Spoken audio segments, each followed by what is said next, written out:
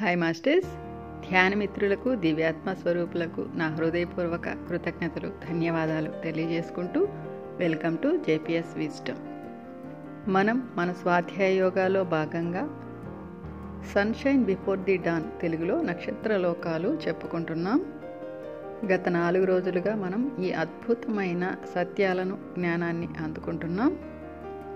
నిన్న మనం సెకండ్ పార్ట్లో ఎస్సేన్య గురించి, ఎవరైతే ఈ భూలోకపు ఎదుగుదల కోసం, ఈ భూమానవుల ఉన్నతి కోసం అహర్నిశలు శ్రమిస్తూ తన జన్మల పరంపర కొనసాగిస్తూ అద్భుతమైన మహోన్నతమైన స్త్రీ తత్వపు ఎనర్జీస్ని ఈ భూమండలమంతా స్ప్రెడ్ చేసి ప్రకృతి మాతగా, ఈ భూమాతకు ముద్దు బిడ్డగా ఉన్నటువంటి ఎస్సేన్య గురించి మనము కొన్ని విషయాలు తెలుసుకున్నాము.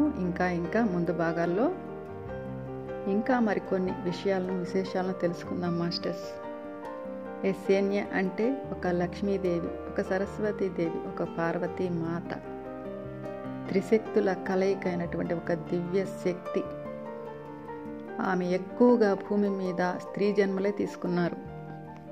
Sufism, Jainism, Buddhism, Hinduism, Judaism, Jainism, Taoism, మొత్తం ఈ ప్రపంచంలో ఉన్నటువంటి అన్ని ఈజాల్లో కూడా మేడం ఎస్సేన్య అద్భుతమైన జన్మలు తీసుకున్నారు. ప్రస్తుతం ఈ భూలోకం ఇంత అద్భుతమైన స్థితిలో ఉంది అంటే అందుకు కీలకమైన శక్తులు ఇద్దరు. ఒకరు మోస్టీనియా, 2 ఎస్సేన్య. వారిద్దరి జన్మల పరంపర, వారి యొక్క అంశాత్మలు ఇప్పుడు ప్రస్తుతం ఈ భూలోకంలో ఎన్నో దేహాల్లో ఉన్నారు మాస్టర్స్. వారంతా కూడా ఎంతో అద్భుతంగా వారి యొక్క నిరంతర కృషితో ఈ భూలోకాన్ని సత్యయుగం వైపుకు తీసుకువెళ్తున్నారు. వారు నా తల్లిదండ్రులు, నా మార్గదర్శకులు. వారిరువురికి నా హృదయపూర్వక అనంతకోటి కృతజ్ఞతలు, ధన్యవాదాలు తెలియజేసుకుంటూ, ఒక గాడెస్ ఐసిస్, ఒక మేరీ మాత, మేరీ మ్యాగ్డలిన్, జీసస్, మహమ్మద్ ప్రవక్త, మేడం బ్లావెట్స్కి, జూడీ సటోరి, జిల్లెల్లముడి అమ్మ, సీతా మాత, చెప్పుకుంటూ పోతే అది అనంతం మాస్టర్స్. మనకు 1000 Seeds of Joyలో మహాదేవి లక్ష్మి కూడా తన జన్మల పరంపర, అలాగే సరస్వతీమాత జన్మల పరంపర గురించి, పార్వతీమాత జన్మల గురించి మనకు చాలా విషయాలు తెలియజేశారు. అలాగే పత్రిసారు సీతాయనం రచయిత్రి అయినటువంటి దీనా మరియన్ గారితో ఒక మాట చెప్పారు, Jesus nothing but Lakshmi Saraswati అని. అలాగే లక్ష్మీ, సరస్వతి, పార్వతీమాత ముగ్గురి శక్తుల కలయిక గాడెస్ ఐసిస్. అలాగే సరస్వతీదేవి మహమ్మద్ ప్రవక్తగా. ఇవన్నీ చెప్పినా చాలామంది యాక్సెప్ట్ చేయరు మాస్టర్స్. ఎవరైతే లాజికల్ మైండ్తో ఉంటారో వాళ్ళకి ప్రూఫ్స్ కావాలి, రుజువులు కావాలి, డిబేట్లు కావాలి. అయితే ఫైనల్గా మనం తెలుసుకోవాల్సింది ఏమిటంటే, ఈ కులాలు, మతాలు, భాషలు, దేశాల మధ్య విభజనలు, మనుషుల మధ్య వర్గాలు, వర్గీకరణలు, ఇవన్నీ కేవలం మనం సృష్టించుకున్నాము. దైవం దృష్టిలో అందరూ సమానమే, అంతా సమానమే. ఈ విషయాన్ని భూమానవులుగా మనమంతా కూడా అర్థం చేసుకోవాలి, సత్యాన్ని తెలుసుకోవాలి. మనం ఏదైతే హద్దులు గీసామో అవన్నీ కూడా చెరిపివేయాల్సిన సమయం వచ్చింది మాస్టర్స్. ఈ ప్రపంచమంతా కూడా ఏకత్వంలోకి, ఒకే గొడుగు నీడలోకి రావాల్సిన సమయం అయితే వచ్చేసింది. ముఖ్యంగా నిన్న ఎస్సేన్య చెప్పారు, ప్రతి ఆత్మ కూడా ఆదిమూల చైతన్యం నుంచి విడిపడిన తర్వాత కిందకే దిగి వస్తుంది. ఎందుకంటే అనుభవాల కోసం. అయితే తిరిగి ఏకత్వంలోకి రావాలంటే మనకి డిఎన్ఏ అనేది చాలా ఇంపార్టెంట్ మాస్టర్స్. ఎప్పుడైతే మనం ఈ 12 DNA ఏదైతే మనకి 12 దిగువ స్థాయి ఉన్నత లోకవాసులు మనకిచ్చినటువంటి 12 పోగుల DNA మనలో యాక్టివేట్ అవుతుందో అప్పుడు మనం అన్ని లోకాల్లో కూడా సమానంగా జీవించగలము. అది మనకు లేదు కాబట్టే మనం ఇతర లోకాల్లోకి వెళ్ళలేకపోతున్నామని ఎస్ఎన్ఏ చెప్పడం జరిగింది. కాబట్టి మనమంతా కూడా మన తక్షణ కర్తవ్యం ఈ 12 డిఎన్ఏని యాక్టివేట్ చేసుకోవాలి.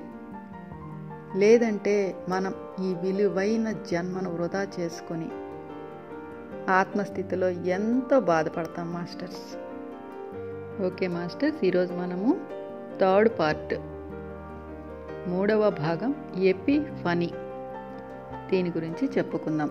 కౌన్సిల్ సమావేశం ముగిసిన తర్వాత చాలామంది గుంపులుగా ఎస్ఎన్ఏ చుట్టూ మూగి ఎంతో ఉత్సాహంగా ఆమె యొక్క అంటారిస్ యాత్ర విశేషాలు అడగడం మొదలుపెట్టారు.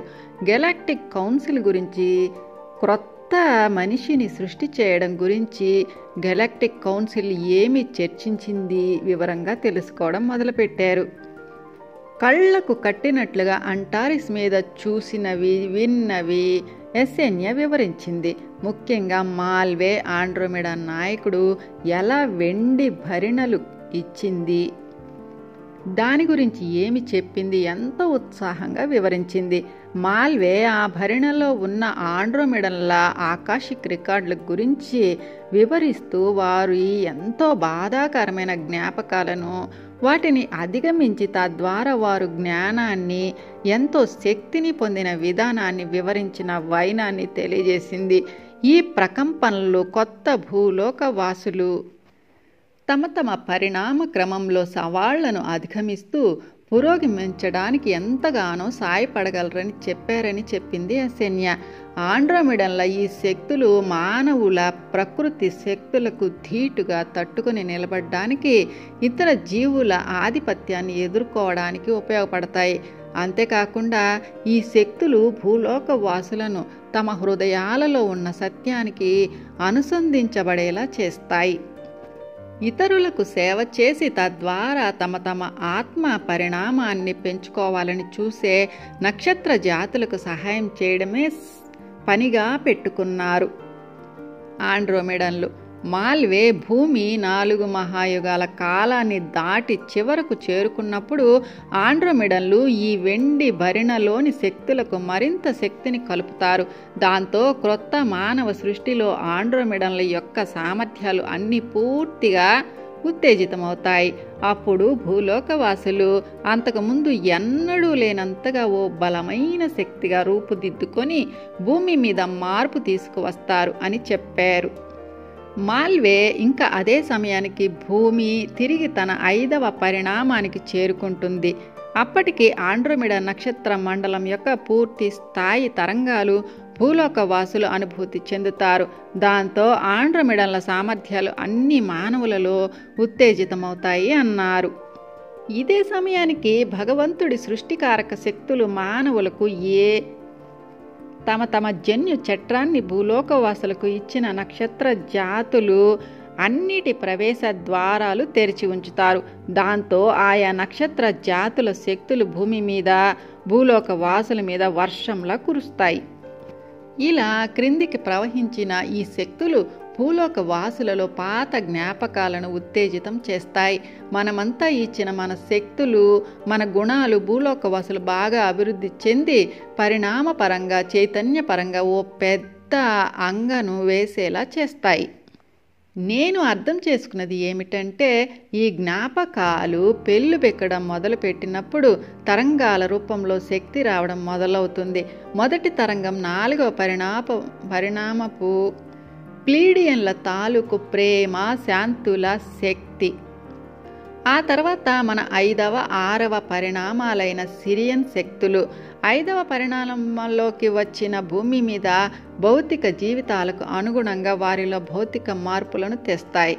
దీని తర్వాత ఆర్కుటూరియన్ యొక్క 7వ పరిమాణ శక్తులు మానవుల భావన శరీరాలను గాఢంగా శుభ్రపరచడానికి ఒక ఉత్ప్రేరకాన్ని, అంటే ఒక వస్తువు కానీ ఒక వ్యక్తి కానీ వాటిల్లో ఏ మార్పు లేకుండానే మనలో మార్పులు తెస్తాయి. సృష్టి చేసి తద్వారా వెనుకటి జన్మలోని బాధలు, మనోగాయాలు మానిపోయేటట్లు చేస్తాయి. ఆర్కుటూరియన్లు భావనా శరీరాలతో పనిచేయటంలో ఎంతో నిపుణులు. మీకు తెలుసు, భూమి ఒక శిక్షణా స్థలం, మరి సవాళ్లతో కూడి ఉన్నది. ఇది ఆత్మ పురోభివృద్ధికి ఎంతో అవసరం. అన్ని జన్మలలోని ఆలోచనలు, నమ్మకాలు ప్రస్తుతం వరుసలో కప్పబడిపోయి ఉన్నా వాటి గుర్తులను ఆత్మ మీద ముద్రించి ఉంటాయి. ఈ శక్తి సామర్థ్యాలు 5వ పరిమాణ శక్తులైన శాంతి, ప్రేమ, ఐకమత్యాలకు వ్యతిరేకంగా పనిచేస్తాయి. వాటిని భావనా శరీరాల నుంచి విడుదల చేయవలసిన అవసరం ఉంది. ఆర్కిటూరియన్స్ శక్తుల ద్వారా ఈ పని జరుగుతుంది.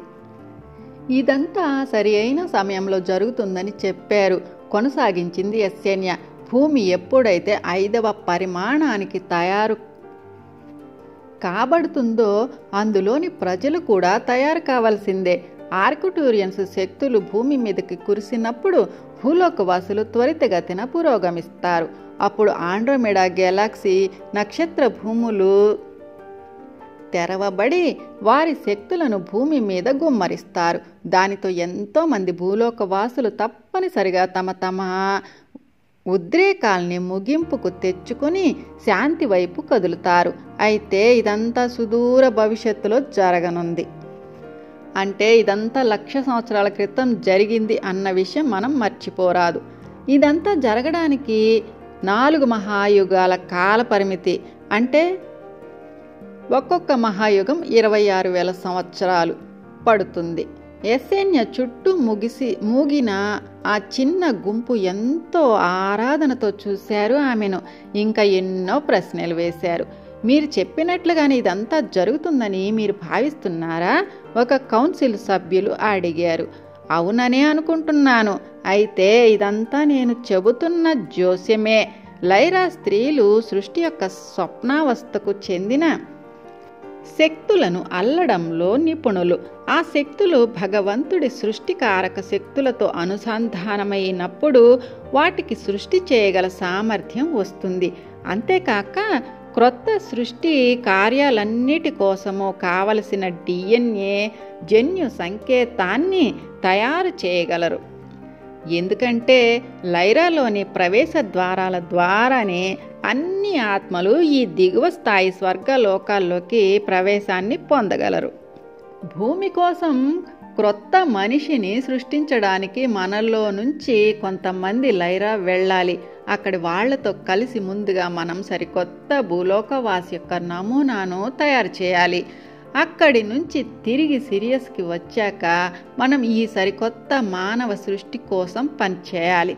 ఇదంతా చెప్పడం ముగించిన యస్సేన్యా తాను ఎంతో అలసిపోయినట్లు గమనించింది. తిరిగి తనను తాను శక్తితో పూరించుకోవడానికి తన ఇంటి దగ్గరున్న ఓ పర్వత ప్రాంతానికి వెళ్ళాలనుకుంది. సిరియస్లోని నగరాలు చిన్న చిన్న రంగురంగు రాళ్ళు, ఒకే విధమైన అమరికతో ఏర్పడినట్లు ఉన్న కాంతులతో తమ గురించి చెప్పకనే చెబుతున్నట్లుగా ప్రకాశిస్తూ ఉంటాయి. అందమైన పర్వతాలు, లోయలు కూడా సిరియస్ ఏలో ఉన్నాయి. ఈ శక్తివంతమైన ప్రదేశాల మీద గ్యాలక్స్ దృష్టి పడుతూ ఉంటుంది. ఈ ప్రదేశాలన్నీ సిరియస్ ఆకాశ మార్గంలో జరిగే గస్తీ చేత మాత్రమే కాపాడబడుతూ ఉంటాయి. యస్సేన్యా బాగా అలసిపోయి ఉంది. ఆమెకు కావలసిన విశ్రాంతిని, శక్తిని ఆ ప్రదేశాలు ఇస్తాయి. ఆమె అంతరంగంలో మోస్టీనియాను అంటారిస్లో కలవడం గుర్తుకు వస్తూనే ఉంది. అతని సామీప్యం, చివరగా అతడు తాను దగ్గరగా వచ్చి విడిపోవడం ఆమె హృదయంలో అలజడిని కలిగిస్తోంది. వాళ్ళిద్దరూ తరచూ గెలాక్టిక్ ఫెడరేషన్ మీటింగుల్లో కలుసుకుంటూ ఉంటారు. అతడిని తాను ప్రేమిస్తున్నట్లు చాలా కాలం క్రితమే ఆమెకు అర్థమైంది. అంటారిస్లో చివరిసారిగా అతడిని చూసినప్పటి రూపాన్ని గుర్తు చేసుకుంది యస్సేన్యా. అతడి పట్ల ఆమె ప్రేమ చాలా బలీయమైనది కావడంలో ఆమెలో ఏడుపు తన్నుకొచ్చింది. మరీ అంత బలహీనతకు లోను కాకు, తనకు తాను చెప్పుకుంది యస్సేన్యా. మోస్టీనియా నీ జాతి వారు కాదని నీకు తెలుసు. అతడు లైరావాసి. మీరిద్దరూ ఎప్పటికీ ఒక్కటిగా కలిసి ఉండలేరు. భౌతికంగా మీరిద్దరూ చూడడానికి ఇంచుమించు ఒకేలా ఉన్నా మీ శరీరాలు ఒకటి కావు. అంతేకాక గెలాక్టిక్ కౌన్సిల్ మరో 2 జాతుల మధ్య వివాహాలు రద్దు చేసింది. మికన్యా సంగతే చూడు. సిరియన్ తండ్రి, లైరన్ తల్లి. మన ప్రపంచంలో జీవించడానికి అతను ఎంత కష్టపడుతున్నాడు. ఎప్పుడు 5వ పరిధి సాంద్రతకు అలవాటు పడడానికి ప్రయత్నిస్తూ ఉంటాడు. అలాగని లైరాలో సౌకర్యవంతంగా జీవించలేడు. అందుకే సరికొత్త మానవుడిని 12 పోగుల డిఎన్ఏతో సృష్టించడం చాలా ముఖ్యమైనది. తనకు తాను మళ్ళీ గుర్తు చేసుకుంది యెసెన్యా. ఒకరోజు ఈ సరికొత్త మానవ జాతి పురోగమించి గెలాక్సీ మొత్తంలో జీవించగలుగుతుంది. ఆ రోజుతో అన్ని నక్షత్ర జాతుల ప్రజలు, ముఖ్యంగా దిగువ స్థాయి 12 పరిధుల ఉన్నత లోకాలు కలిసికట్టుగా ఒకటయ్యే అవకాశము, సామర్థ్యము వస్తుంది. ఇదంతా చేయడానికి నక్షత్ర జాతుల నుంచి మాలాంటి వాళ్ళు భూమి మీద మానవులుగా జన్మించి తద్వారా ఈ నక్షత్ర అన్నిటి జన్యు సంకేతాలను మా అందరి ఆత్మలలోనూ ఇముడ్చుకోగలం. ఈ ఆలోచన యెసెన్యాను ఎంతో ఉద్విగ్నతకు గురిచేసింది, భయాన్ని కూడా కలిగించింది. సిరియన్లోని సౌకర్యంగా ఉన్న జీవితాన్ని, దానితో తనకు గల సాన్నిహిత్యాన్ని వదులుకోవడానికి తనకేమి ఇష్టంగా లేదు. ఇక్కడ తాను ఎంతో తెలివైనది, పరిణితి గల నాయకురాలుగా పేరు తెచ్చుకుంది. ఒకవేళ భూమి మీద జన్మిస్తే ఎలా ఉంటుంది? ఎన్నో జీవిత కాలాలను అంటే జన్మలను జీవించాల్సి వస్తుంది. అదీగాక 3వ పరిమాణానికి చెందిన భూమి అంతులేని అనుభవాలతో కూడుకొని ఉంది. జన్మ పరంపర, పుట్టుక, అనుభవాలు, భౌతికమైన చావు. ఒకసారి భూమి మీద నివసిస్తే ప్రతి జీవిత అనుభవము ఆత్మ మరుసటి జన్మకు కారణమవుతుంది. అదిగాక ప్రతి వ్యక్తికి వచ్చే జన్మలో గత జన్మ తాలూకు సంగతుల పట్ల ఏ ఆలోచన ఉండదు. భూమి ఓ కఠినమైన పాఠశాల.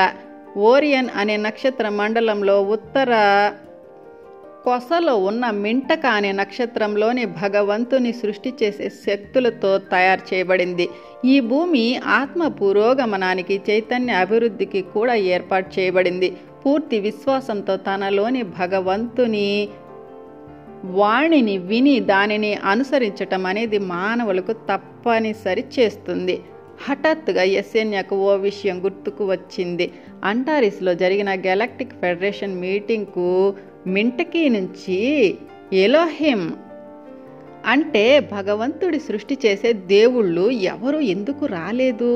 భూమి మీద ఉన్నత ఆధ్యాత్మిక జీవుల సృష్టి చేయడం అన్న విషయం చర్చించినప్పుడు వాళ్ళు కూడా అక్కడ ఉండాలి కదా, మరి ఎందుకు లేరు? ఓరియన్ అంటే నక్షత్రాల గుంపు, 20కి పైగా నక్షత్రాల సముదాయం భూమి నుంచి చూస్తే వేలాడుతూ కనిపిస్తుంది, వేటగాడులా కనిపిస్తుంది. మధ్యలో గల నక్షత్రాన్ని అను లేదా ఆన్ అని వీళ్ళు పిలుచుకుంటారు. అందులోని ఆత్మలు అందరి తల్లిదండ్రుల్లాగా పిలువబడేవారు. మింటకి అంటే ఓరియన్లో ఉత్తర కొసలో పైభాగాన ఉంటుంది. స్వర్గాలకు చెందిన దేవదూతలు ఇతర కాంతి లోకాలతో సమాచారాన్ని కొనసాగిస్తూ ఉంటారు. సిరియన్ కౌన్సిల్కు మింటకీతో దగ్గర సంబంధాలు ఉన్నాయి. ఎందుకంటే సిరియన్స్కు భగవంతుడి దివ్య ప్రణాళికను అనుసరించి భౌతిక సృష్టి కార్యాలన్నిటి బాధ్యత ఉంది. జన్యు శాస్త్ర నిపుణులుగా సిరియన్స్ ఈ భౌతిక సృష్టికి బాధ్యత వహిస్తారు. యెసెన్యా ఈ విషయం పట్ల అంటే గెలాక్టిక్ ఫెడరేషన్ మీటింగ్కి ఎలోహిం ఎందుకు రాలేదు అన్న విషయం గురించి కాస్తంత కలవరానికి గురి అయింది. బహుశా తర్వాత వస్తారేమో తనకు తానే చెప్పుకుంది యెసెన్యా. మన ప్రణాళికను అమలు జరిపి కొత్త మానవ సృష్టి జరిపేటప్పుడు ఒకవేళ వాళ్ళు వస్తారేమో అనుకుంది. ఇంకా నువ్వు ఇప్పుడు విశ్రాంతి తీసుకోవాలి. మోస్టీనియా గురించి ఆలోచించవద్దు, భూమి మీద జీవుల గురించి ఆలోచించవద్దు. నువ్వు పర్వత ప్రాంతాలకి వెళ్తావు, విశ్రాంతి తీసుకుంటావు తనలో తాను అనుకుంది యెసెన్యా. సిరియన్ మరి ఇతర అనేక పరిమాణాల కాంతి లోకాలలో మన భూమి మీదలాగా కాలం ఉండదు. పగలు తర్వాత రాత్రి, రాత్రి తర్వాత పగలు ఉండవు. వాళ్లకు సమయంతో పని లేదు. వాళ్ళు కావాలనుకుంటే గతంలోకి వెళ్ళగలరు, భవిష్యత్తులోకి ప్రయాణించగలరు. అయినా వర్తమానంలో జీవిస్తూ ఉంటారు. ఈ పరిస్థితులలో బ్రహ్మాండమంతా అన్ని గెలాక్సీలకు చెందిన కాంతి లోకాల్లో వారు కృత్రిమంగా నిర్మించుకున్న కాల కొలతలను డెక్కన్స్ అని పిలుస్తారు. మన భూమి లెక్కల ప్రకారం 10 గంటలు ఒక డెక్కన్. ఒక కాస్మిక్ రోజుకు 3 డెక్కాన్లు, అంటే 10 గంటలు ఒకటి చొప్పున. ఇలాంటి 30 కాస్మిక్ రోజులు ఒక నెల. అలాంటివి 10 కాస్మిక్ నెలలు ఒక కాస్మిక్ సంవత్సరం. ఈ 10 గంటల కాల వ్యవధి భగవంతుడి సృష్టికారక మనస్సు నుంచి వచ్చే 10 కాంతి కిరణాలతో అనుసంధానమై ఉంటుంది. ఈ కాంతి కిరణాలు పంపిణీ చేసే శక్తి స్పందనలతో లైరన్ స్త్రీలు సృష్టించే గరిష్ట నిర్దిష్ట ప్రణాళిక బద్ధమైన కాంతి, శబ్దం మరి చలనాలతో కూడిన డిఎన్ఏలను సృష్టించడానికి, తద్వారా ఒక్కో రకమైన భౌతిక సృష్టికి కావలసిన జన్యు చట్రాన్ని తయారు చేయడానికి వీలవుతుంది. యెసెన్యా పర్వత ప్రాంతాలకు వెళ్ళడానికి తయారైంది. సిరియస్లో ఏలోని పర్వతాలు బాగా ఎత్తుగా రాళ్లతో పెద్ద పెద్ద చెట్లతో ఉండి మధ్య మధ్యలో చల్లని లోయలు, లోతైన ఇరుకైన ప్రాంతాలతో నిండి ఉంటాయి. సరస్సులు, జలపాతాలు, నదులతో ఉండి సిరియన్స్ ప్రజలచే మౌంటైన్స్ ఆఫ్ ది మార్నింగ్ స్టార్గా పిలువబడుతుంటాయి. డెక్కాన్లోని మొదట్లో సిరియన్ ఏకి నేస్తమైన సిరియన్ బి ఆ సమయంలో ఆ ఆకారంలో స్పష్టంగా కనిపించడం వలన అలా పిలుస్తారు. ఈ మార్నింగ్ స్టార్ పర్వతాలు ఆకుపచ్చని పొగమంచుతో దట్టంగా కప్పబడి ఉంటాయి. దీనివల్ల అవి చూడడానికి అందంగా ఉండడమే కాకుండా గ్యాలక్సీ దృష్టి పడకుండా ఉంటుంది. ఈ ఆకుపచ్చని పొగమంచు శరీరాలకు స్వస్థతను చేకూర్చుతుంది. దీంట్లోని క్లోరోఫిల్ లాంటి పదార్థం సిరియన్స్ శరీరాల చర్మం ద్వారా స్వీకరించబడి వాళ్ళకి శక్తితో పునరుజ్జీవాన్ని ఇస్తుంది. ఊరికి అలా నడుస్తూ ఉన్నా కూర్చున్నా ఎంతో స్వస్థత చేకూరి జీవశక్తితో నింపబడతారు. ఈ పర్వత ప్రాంతాల్లో యెసెన్యాకు ఓ చిన్న ఇల్లు ఉంది. ఆమె ఎప్పుడు కావాలంటే అప్పుడు పెద్ద పెద్ద నగరాల నుంచి తప్పించుకొని ఈ ప్రశాంత వాతావరణంలోకి వస్తూ ఉంటుంది. యెసెన్యా ఈ పర్వతాల దగ్గరకు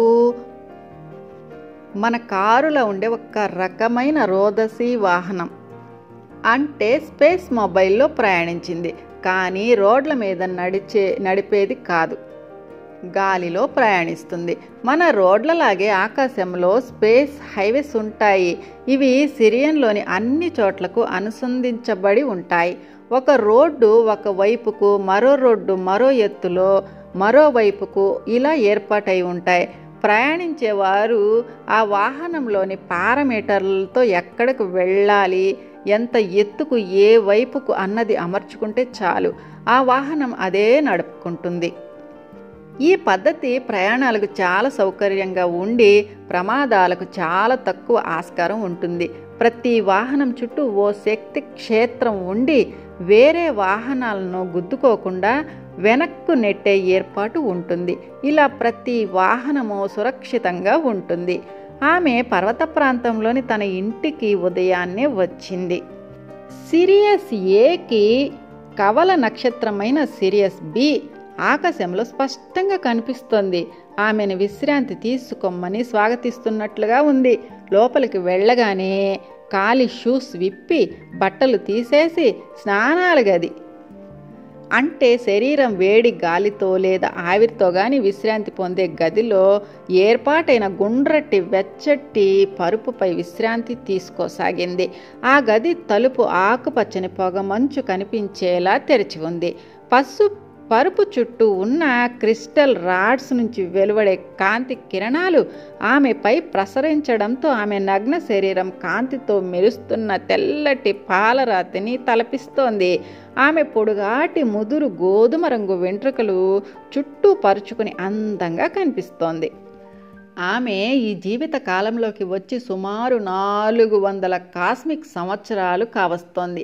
ఆమె జీవిత లక్ష్యం ఏమిటో ఆమెకు తెలుసు. అది ఇతరులకు సేవ చేసి, నిజం చెప్పాలంటే తనలోని భగవంతుడికి సేవ చేయడమే, తాను పరిణామం చెందడమే. అన్ని ఆత్మలలాగానే లైరాలోని నక్షత్ర ప్రవేశ ద్వారం ద్వారా 12 పరుదుల దిగువ స్థాయి ఉన్నత లోకాల్లోని యస్సేన్య కూడా వచ్చింది. ఎన్నో జీవిత కాలాల పాటు సిరియన్లోనే ఉండిపోయింది. ఆ సాంద్రతలోనే ఆమె తన నిర్దేశకులతో కలిసి ఉన్నత స్థాయి కాంతి లోకాలలో ఆత్మస్థితిలో ఉన్నప్పుడు తీసుకున్న నిర్ణయమే ఇది. సిరియన్లో జన్మించి తద్వారా ఆమె తన సమూహపు అంతర్గత లక్షణమైన స్త్రీతత్వపు సృజనాత్మక శక్తులను మరింతగా బహిర్గతపరచుకోవచ్చని భావించింది. సిరియస్ సృజనాత్మకతకు పెట్టింది పేరు. లైరా స్త్రీలు పనిచేస్తున్న సృష్టికారక జన్యు అంశాలను స్వప్నావస్థపు పోగులతో పాటు సిరియన్స్ తీసుకొని ఎంతో వైవిధ్యభరితమైన శరీరాలను సృష్టి చేశాక అవి అప్పుడు భౌతిక తలంలోకి ప్రత్యక్షీకరణం చెందుతాయి. ప్రతివాడు సిరియస్కు రావడం గౌరవప్రదంగా భావిస్తారు. అంతేకాక అది ఆత్మశిక్షణలో భాగమని తలుస్తారు. ముఖ్యంగా లైరాలో తాను గడిపిన ఎన్నో జీవిత కాలాల అనుభవాల వలన యస్సేన్య త్వరగానే సిరియన్ సంస్కృతిలో ఉన్నత క్రైస్తవేతర మత పెద్దగా స్థానాన్ని పొందింది. ఈ గౌరవం చాలా తక్కువ మందికి దక్కుతుంది. తన గత జన్మలలో లైరన్గా ఉండి ఆ నాగరికతలో జీవించడం జరిగిన ప్రస్తుత శరీర లక్షణాలు సిరియన్వి కావడం, ముఖ్యంగా 5వ 6వ పరిమాణాల్లో జీవించవలసి రావడంతో ఆమె 12వ పరిమాణానికి చెందిన లైరావాసి మోస్టినియాను తన భాగస్వామిగా స్వీకరించలేకపోతోంది. ఆ ఆత్మలన్నీ ఉనికిలోకి రావడానికి కారణమైనవి భగవంతుడి శక్తులే. ఆత్మలన్నిటి యొక్క దివ్య ప్రణాళిక బహుముఖ పరిధుల వాస్తవాలలో జీవితానుభవాలు పొందడమే. దీంతో ఆత్మలన్నిటికీ పరిణామం చెందడానికి, జాగరూక స్థితిని, చైతన్యాన్ని పెంపొందించుకోవడానికి, జ్ఞానాన్ని పొందడానికి అవకాశం ఉంటుంది. ఉన్నత పరిమాణాల కాంతి లోకాలైన లైరా లాంటి లోకాలతో పోలిస్తే భూమి మీద, సిరియన్ మీద జీవితం సవాళ్లతో కూడి ఉంటుంది. చాలా సంవత్సరాలుగా యస్సేన్య సిరియన్ ప్రజలకు, గెలాక్టిక్ ఫెడరేషన్కు ఎంతో సేవ చేసింది. తాను పుట్టిన స్థలం ఆమెను మోస్టినియాను ఎప్పటికీ వేరు చేయడం ఆమె జీవితంలో విచారం కలిగించే విషయం. దాదాపు 3 డెకాన్ల కాలం ప్రశాంతంగా గాఢంగా నిద్రపోయింది యస్సేన్య. కొంతసేపటికి లేచింది, కానీ పండ్లు తిని మళ్ళీ నిద్రపోయింది. తదుపరి రోజు నిద్ర లేచాక గబగబా దుస్తులు ధరించి అంటారిస్ నుంచి తెచ్చుకున్న నోట్స్ను తెరిచింది. అందులో చదవడానికి, ఆలోచించడానికి ఎంతో ఉంది. లైరా స్త్రీలతో కలిసి యస్సేన్య తన సమూహంలోని సభ్యులు భూమి మీద క్రొత్త మానవుని తొలి ప్రతిరూపం ఎలా ఉండాలి అన్న విషయం చర్చించవలసి ఉంది. ఆ మొత్తం సమావేశానికి ఆమె నాయకురాలు. తన ఇంటిలో పిరమిడ్ ఆకారంలో ఉన్న పైగదిలో కూర్చుని ఉంది. పర్వతాల మీద ఉన్న పొగమంచును చూస్తూ ఉండగా హఠాత్తుగా ఓ మనిషి తన గుమ్మం దగ్గరికి రావడం గమనించింది. ఆనందంతో ఓ అరుపు అరిచి తలుపు తెరవడానికి పరుగెత్తింది. ఆ వచ్చింది యస్సేన్య వాళ్ళ నాన్న అస్సిమియస్. ఆయన సిరియన్ కౌన్సిల్లో ముఖ్యుడు. మన భూమి మీద వలె సిరియస్లో ప్రజలు వృద్ధాప్యం బారిన పడరు. వాళ్లకు తమ శరీరాలను యవ్వనంగా జీవంతో ఉంచుకోవడం తెలుసు. అస్సిమియస్ చూడడానికి యస్సేన్య కంటే కొంచెం మాత్రమే పెద్దవాడిగా కనిపిస్తున్నాడు. కూతుర్ని గట్టిగా పొదివి పట్టుకున్నాడు. అంటారిస్లో చాలా మంచి పాత్ర పోషించావు తల్లి అన్నాడు ఆయన. ప్రతి ఒక్కరూ నూతన మానవ సృష్టి గురించే మాట్లాడుకుంటున్నారు. మేమంతా ఎంతో ఉద్విగ్నతకు గురి అయ్యాము. ఈ మధ్యనే భూమిపైకి వెళ్ళి వచ్చిన మన నక్షత్ర నౌక తీసిన చిత్రాలను చూపిస్తాను. ఈ నక్షత్ర నౌక ప్లీడియన్స్తో కలిసి ఓ అపాయకర పని మీద భూమికి వెళ్ళి వచ్చింది. మన నక్షత్ర నౌక కమాండర్ ఈ చిత్రాలను పట్టుకువచ్చాడు. యస్సేన్య తనకు తండ్రికి తాగడానికి ఫ్రూట్ జ్యూస్ తెచ్చింది. అస్సిమియస్ తాను తెచ్చిన చిత్రాలను అక్కడి క్రింది గదిలో ఉన్న తెర మీద వేసి చూపించాడు. యస్సేన్య గమనించసాగింది. మొదట బాగా ఎండిపోయి వర్షాలే లేనట్లు ఉన్న ప్రాంతాల చిత్రాలు చూసింది. పెద్ద పెద్ద ఇసుక తెన్నెలతో ఇసుక ఎర్రగా ఉండి చాలా తక్కువ పచ్చదనం ఉంది. తర్వాత నీరు, పెద్ద పెద్ద సముద్రాలు, ఇంకా అక్కడి మనుషులు వింతగా ఉండి జంతు చర్మాలు కప్పుకొని ఉన్నారు. పొడుగాటి సంరక్షణ లేని జుట్టు, బలంగా పొట్టిగా ఉన్న శరీరం, ముందుకు పొడుచుకు వచ్చిన తలలు, బాగా కనిపించే దవడలు ఉండి బాగా భయపడిపోయి ఏదో తరుముకొస్తుందేమో అన్నట్లు కనిపిస్తున్నారు. ఈ మనుషులు కొండలు, రాళ్లగుట్టలు ఉన్నటువంటి ఓ అడవి ప్రదేశానికి చెందినవారు అన్నాడు అసీమియస్. కాస్త లోపలికి వెళ్ళి ఇంకా కొందరు మనుషుల చిత్రాలు తీసుకుంటామంటే వాళ్ళు భయంతో పారిపోయారు. మన ఉద్దేశం వాళ్ళని భయపెట్టడం కాదు కదా, మనం కాలనీ ఏర్పరచుకోవడానికి అనువైన స్థలాన్ని వెదకడం, కొత్త మానవుని సృష్టి చేసే లోపల మనం ఇక్కడ నివాసం ఏర్పరచుకుంటే బాగుంటుందని నా ఉద్దేశం. ఈ మధ్యనే ఓ చిన్న భూభాగం అట్లాంటిస్ అన్నదాన్ని కనుక్కున్నాము. అక్కడి శక్తి, గురుత్వాకర్షణలు మనకు కొన్ని సమస్యలను తెచ్చి పెట్టవచ్చు.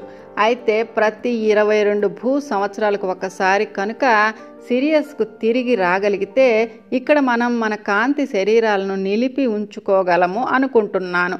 నా దగ్గర నీకు చూపించడానికి ఇంకా చిత్రాలు ఉన్నాయి. ఇవి అట్లాంటిస్వి. ఇవి ప్లీడియన్ పాలకుడు ప్లీజాచే నిర్మించబడ్డ కొత్త కాలనీ. ఈ భూలోక వాసులలో శాంతి, ప్రేమలతో కూడి ఉన్న చైతన్య స్థితులను నింపడానికి ప్రయత్నం జరుగుతోంది. దానికి ప్లీజా కృత నిశ్చయంతో ఉన్నాడు. క్రొత్త జాతి మానవుని సృష్టి చేస్తే భూమి మీద స్థానికులతో వివాహాలు జరుగుతాయి. సరికొత్త జన్యు నిర్మాణంతో కొత్త అట్లాంటియన్ ప్రజలను సృష్టిస్తే తప్ప ఇప్పుడిప్పుడే ఎగరడం నేర్చుకున్న పక్షి లాంటి ఈ కాలనీ మనుగడ సాగించలేదు అన్నది ప్లీజ్ అభిప్రాయం. అంతేకాకుండా ఇది త్వరగా భూమి మీద ఆత్మల సంఖ్యను పెంచడానికి ఉపయోగపడుతుంది. ప్లీజ్ అల్లుడు ఈ కాలనీకి దూరంగా భూమికి దక్షిణంలో మరో చిన్న కాలనీని అభివృద్ధి చేస్తున్నాడు. దీన్ని మూ అని పిలుస్తారు.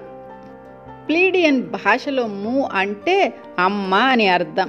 ఈ 2 వలస ప్రాంతాల అంటే అట్లాంటిస్ మూ ద్వారా చాలా అభివృద్ధి జరుగుతుంది అని అంచనా చెప్పడం ఆపాడు అసీమియస్. తెర మీద అట్లాంటిస్ చిత్రాలు చూసి యెసెన్యా ఎంతో ఉద్వేగానికి గురి అయింది. ఈసారి ఇళ్లతో కూడిన ఓ చిన్న నగరాన్ని చూసింది. ఒక కొండకు ఆనుకొని ఎత్తుగా కనిపిస్తున్నాయి ఆ ఇళ్ళు. ఆకుపచ్చని చెట్లు, గడ్డి మైదానంలో ఆ నగరం కోసం 3 నీటి ట్యాంకులు ఉన్నాయి. నగరం చుట్టూ కట్టిన 12 అడుగుల ఆ గోడలు నీలి ఆకాశం కింద ఎరుపు, బంగారు మిశ్రమ వర్ణాలతో మెరుస్తూ ఉన్నాయి. అబ్బా, ఎంత అందంగా ఉంది ఈ ప్రదేశం! అక్కడికి వెళ్ళాలని నా మనస్సు ఉవ్విళ్ళూరుతూ ఉంది అంది యెసెన్యా. ఆమె తండ్రి నవ్వాడు. అవును, చాలా అందంగా ఉంది, నేను ఒప్పుకుంటున్నాను. చిన్నది, కొత్తది అయినా అట్లాంటిస్ ప్రజలు స్థానికులకు హస్తకళలు, లలిత కళలు నేర్పిస్తూ మన సాంకేతికతలను, జీవితం పట్ల మన అవగాహనలను నేర్పించడంలో మంచి అభివృద్ధి సాధిస్తున్నారు. ఇప్పటికే నక్షత్ర జాతులకు, స్థానికులకు వివాహాలు కూడా కొన్ని జరిగాయి. అంటే మన జన్యు నిర్మాణపు బీజాలు భూమి మీద పడ్డాయి అప్పుడే ఆపాడు అసీమియస్. యెసెన్యా వైపు చూస్తే కళ్ళల్లో నీళ్లు వచ్చాయి ఆయనకు. యెసెన్యా, నువ్వు భూమికి వెళ్ళడం అనేది నీ విధి, నాకు తెలుసు. నీ యొక్క ఆకాశిక రికార్డులో ఇది వ్రాసి ఉంది. సిరియస్లో నీ జీవితం పూర్తి అయ్యే రోజు ఒకటి వస్తుంది. అప్పుడు నువ్వు వెళతావు. నీలో భూలోకవాసులకు సహాయపడాలనే కోరిక బలంగా ఉందని నాకు తెలుసు. కోరుకోవడం, కలలు కనడం ఇదంతా సృష్టించడానికే. ప్రతి ఒక్కరి ఆలోచనలు సరి అయిన సమయంలో తప్పకుండా కార్యరూపం దాలుస్తాయి. కనుక నాకు తెలుసు ఒకరోజు నువ్వు వెళతావని. అంతేకాదు, భూమి మీద నీ పని పూర్తి కాగానే నువ్వు తిరిగి వస్తావని కూడా నాకు తెలుసు. ఎందుకంటే నీ అసలైన ఇల్లు ఇక్కడ నక్షత్ర లోకాల్లో ఉంది. ఆ సమయానికి నువ్వు లైరాలోని నక్షత్ర ప్రవేశ ద్వారము ద్వారా వెనక్కి తీసుకురాబడతావు. అలాగే నీకు జీవిత రహస్యాలు అన్నీ చూపించబడతాయి. ఏకత్వంలోకి తిరిగి రావడం అనేది నీ విధి. మిగతా అన్ని ఆత్మలాగా. కానీ నువ్వు ముందు భూమి మీదకు వెళ్ళాలి. అక్కడ వాళ్లకు వారి వారి అసలు ఇల్లు అయినటువంటి నక్షత్ర లోకాలకు దారి చూపించాలి. అలా చేయడం ద్వారా నీ నక్షత్ర లోకాలకు నువ్వు దారి తెలుసుకొని తద్వారా భగవంతుణ్ణి చేరాలి. ఆ క్షణంలోనే యెసెన్యాకు నిజం తెలిసింది. పవిత్రమైన ఆ నిజాన్ని తన అణువణువున ఆమె అనుభూతి చెందింది. దేవుడే తనకు ఈ పిలుపుని ఇస్తే తాను విన్నానేమో అనుకుంది. సిరియన్ ఉన్నత మత బోధకురాలిగా తన ఆత్మ మార్గాన్ని అర్థం చేసుకుంది. తన మీద గల సరికొత్త మానవ సృష్టి అనే బాధ్యతను గుర్తించింది. భూమి మీద జీవితం నిజంగా ఎలా ఉండబోతోంది అన్నది ఆమెకు తెలియదు. అది తెలుసుకోవడానికి ఎలాంటి అవకాశాలు లేవు.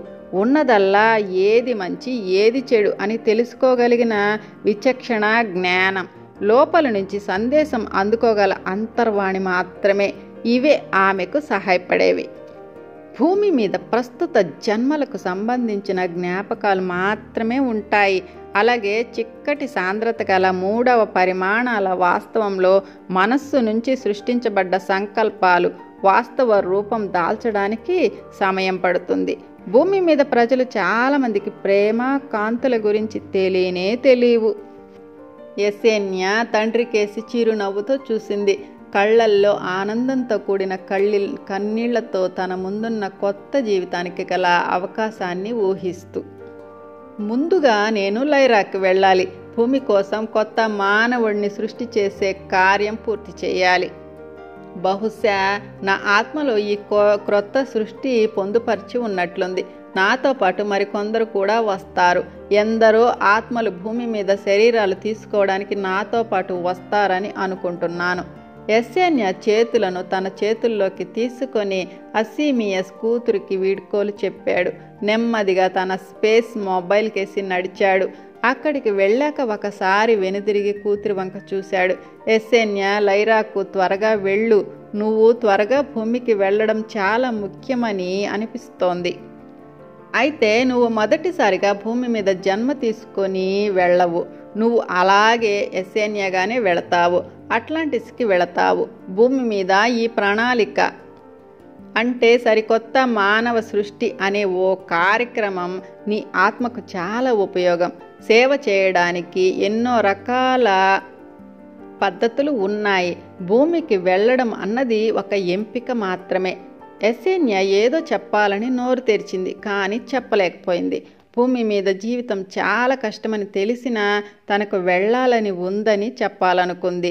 భూమి మీద మనుష్యుల చిత్రాలను చూసి వారి దురదృష్టానికి ఆమె హృదయం బాధకు గురైంది. ఈ గెలాక్సీలోని కాంతి లోకాలలో ఆమె చేయగలిగే పనులన్నింటిలోనూ భూమికి వెళ్ళే ఈ కార్యక్రమం ఎంతో విలువైనదిగా ఆమె భావించింది. తన తండ్రి వెళ్ళిపోయాక మళ్ళీ అంటారిస్ మీటింగ్ నుంచి తెచ్చుకున్న నోట్స్లో తలదూర్చింది. క్రొత్త మానవ సృష్టి కోసం చేయాల్సిన పనులు, ఆలోచనలు అన్నీ ఒక చోట వ్రాసి పెట్టుకుంది. త్వరలో ఈ విషయమై జరగబోయే కమిటీ మీటింగులో వాటిని తెలియచేయాలి. యెసెన్యాకు ఈ పనిపై సరిగ్గా ఏకాగ్రత కుదరడం లేదు. అట్లాంటిస్కు సంబంధించిన చిత్రాలు పదే పదే మనసులోకి వస్తున్నాయి. చివరికి తన చేతులోని పుస్తకాలను పక్కన పెట్టి ఆకుపచ్చని పొగమంచుతో కూడిన పర్వతాల దగ్గరకు నడుద్దామని బయటికి వెళ్ళింది. శరీరాన్ని బలంగాను, శక్తివంతంగాను, ఉత్సాహంగాను ఉంచడానికి శ్వాస తీసుకుంది.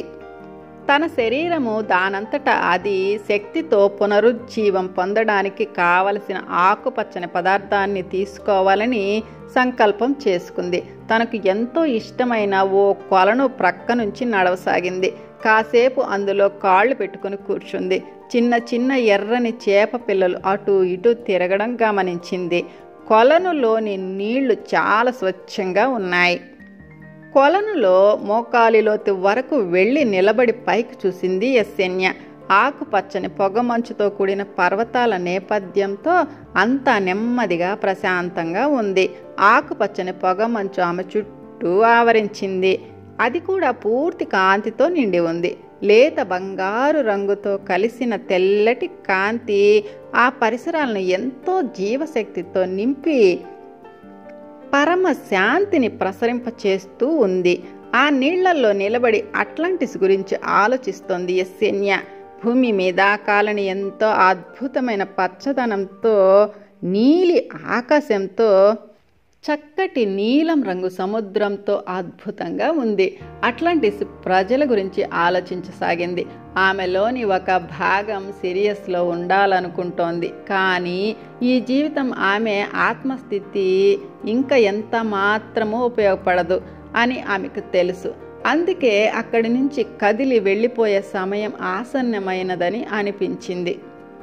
అప్పుడే రోజులో 2వ డెక్కాన్ చివరకు వచ్చేసింది. డెక్కాన్ అంటే 10 గంటలు, రోజుకు 3 డెక్కాన్లు. యెసెన్యాకు అలసటగా అనిపించింది. మళ్ళీ నిద్రపోవాలనిపించింది.